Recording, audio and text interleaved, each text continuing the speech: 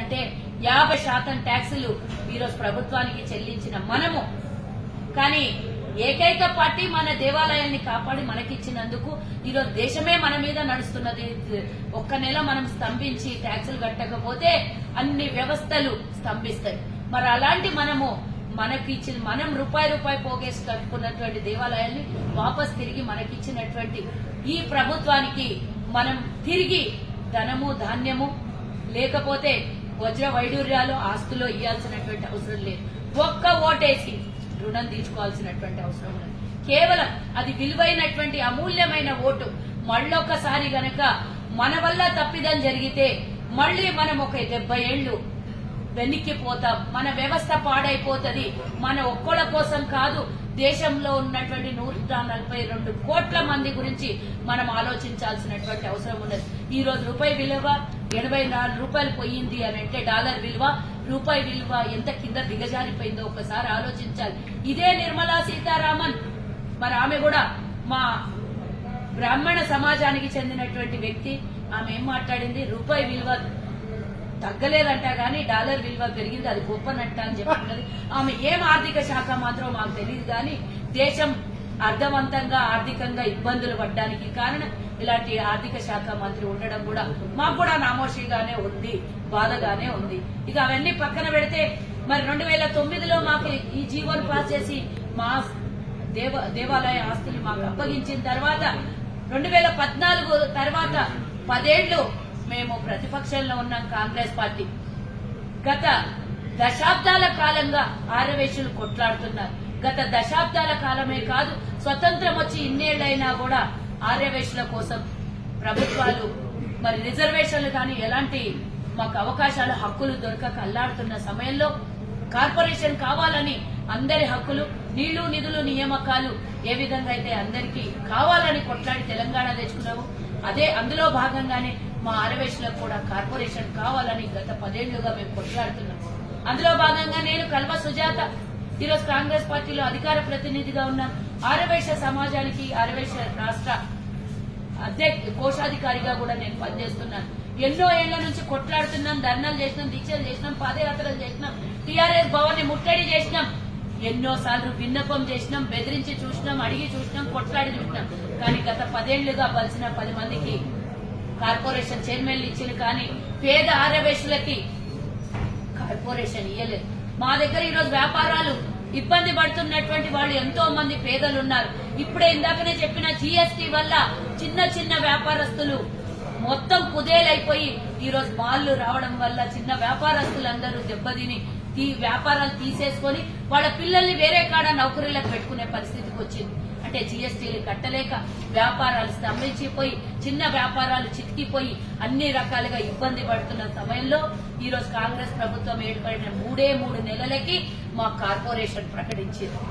మేము గత 10 ఏళ్లుగా కొట్లాడుతున్నా కానటువంటిది 3600 రోజులు మేము కొట్లాడితే 3 నెలల్లో 90 రోజుల్లో కార్పొరేషన్ ప్రకటించింది.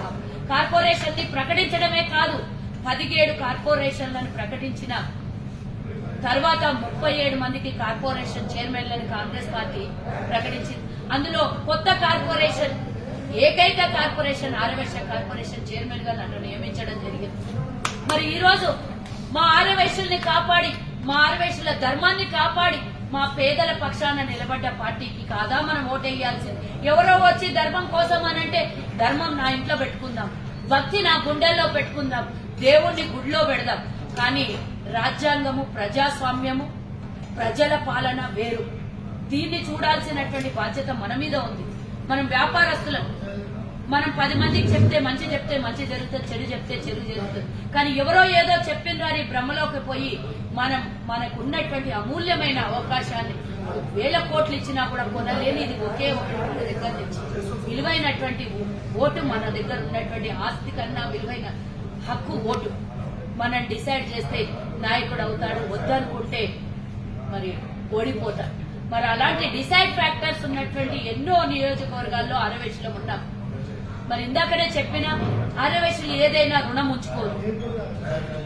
కాబట్టి ఈ రోజు ఇచ్చిన దానికి రుణం తీర్చుకోవడానికి ఒక్క ఓటు ఇచ్చి రుణం తీర్చుకునే అవకాశం మనకు వచ్చింది. మరి కాంగ్రెస్ పార్టీ ఇంత చేస్తే మనం కొంతైనా తిరిగి ఇవ్వాలి కదా, ఆ కొంత ఒకే ఒకటి ఓటు.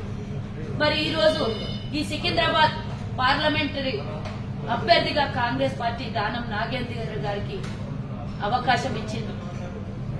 అన్ని పక్కన పెడదాం, మనం ధర్మం గిర్మం అవన్నీ కాదు. మన తాత ముత్తాతల నుంచి కొన్ని వేల సంవత్సరాల నుంచి సనాతన ధర్మం ఉంది, అన్నిటిని కాపాడుతున్నాం. ముక్కోటి దేవతలకు పూజలు చేస్తున్నాం. మనం ఎవరో బీజేపీ వాళ్ళు వస్తే రాముడిని కొలవడం అనేది మన పెద్దలు నేర్పలేదు. మన తాత ముత్తాతలు కూడా స్వతంత్రం పూర్వం అంతకు ముందు వేల సంవత్సరాల నుంచి మన వంశ పారంపర్యంగా మనం దేవుళ్ళని పూజలు చేసుకుంటున్నాం.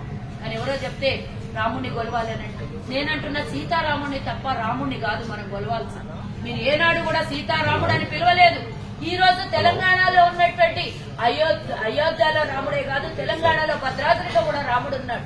మరి ఎందుకు వివక్ష ఈ కేంద్ర ప్రభుత్వానికి? ఎందుకు రామాలయ స్వామికి ఒక్క రూపాయి కూడా తీసుకురానటువంటి ఈ కేంద్ర మంత్రి ఇక్కడ ఉంటే ఎంత, ఉండకపోతే ఎంత, ఈయనకు ఓటు వేయకపోతే మాకు వచ్చే నష్టం ఏంటి అని నేను అడుగుతున్నాను. నువ్వు తీసుకొచ్చినవా ప్రత్యేక నిధులు? రామస్వామికి 7 మండలాలు మన రాష్ట్రం నుంచి ఆంధ్రప్రదేశ్ పోతే కొట్లాడినవా నువ్వు? భద్రాద్రి రామాలయ ఆస్తుల్ని కూడా గ్రామాల్ని కూడా కాపాడాల్సినటువంటి బాధ్యత మీది కాదా ధర్మం కోసం మాట్లాడేటో? మరి ఆ ధర్మం 7 మండలాలు వెళ్ళిపోతుంటే ఎక్కడ పోయింది మేము ధర్మం అని ఈరోజు నేను అడుగుతున్నా. దయచేసి ఈరోజు కాంగ్రెస్ అభ్యర్థి అయినటువంటి దానం నాగేంద్ర గారికే కాకుండా రాష్ట్రంలో ఉన్నటువంటి 17 నియోజకవర్గాలలో పోటీ చేస్తున్న కాంగ్రెస్ ప్రతి ఒక్క అభ్యర్థికి మన అమూల్యమైన ఓటుని బ్రాహ్మణ సమాజమే గాని, ఇక్కడ కూర్చున్నటువంటి మేము బ్రాహ్మణ సమాజమే కానివ్వండి, ఆర్యవైశ్య సంఘంలో ఉన్నటువంటి ప్రతి ఒక్కరు కూడా మన నైతిక విలువని, మన ఓటు హక్కుని కాపాడుకొని నిజమైన న్యాయమైన ఓటుని కాంగ్రెస్ పార్టీకి వేసి ఒక్కసారి రుణం తీర్చుకుందాము అని మీకు చేతులెత్తి నమస్కారం చేస్తూ, మరి మనం అటు ఇటు ప్రలోభాలు పడకుండా దయచేసి మన సొంత ఆలోచనలతోని, సొంత విజ్ఞతతోని ఆలోచన చేసి ఓటేద్దాం. మన ఒక్క ఓటు వాళ్ళకి వేస్తే వాళ్ళు ఇక్కడ గెలిచేది లేదు, పెట్టేది లేదు. కానీ ఆ ఒక్క ఓటు కూడా మనకిచ్చినటువంటి కార్పొరేషన్ కి రుణం తీర్చుకోకపోతే పేదలకు కడుపు కొట్టినోళ్ళమైతాము. రేపొద్దున ఏమన్నా నిధులు కావాలని ప్రభుత్వానికి ధైర్యంగా అడిగే హక్కును కూడా మనం కోల్పోతాం. మన పేద ఆర్యవేశ్యుల్ని కాపాడాలని అంటే రేపు 1000 కోట్ల నిధులు తెచ్చుకోవాలి అని అంటే మన అభ్యర్థిని గెలిపించుకుంటే కాలర్ ఎగరేసుకొని మాకు నిధులు ఇవ్వండి అని అడిగే హక్కు మనకు వస్తుంది.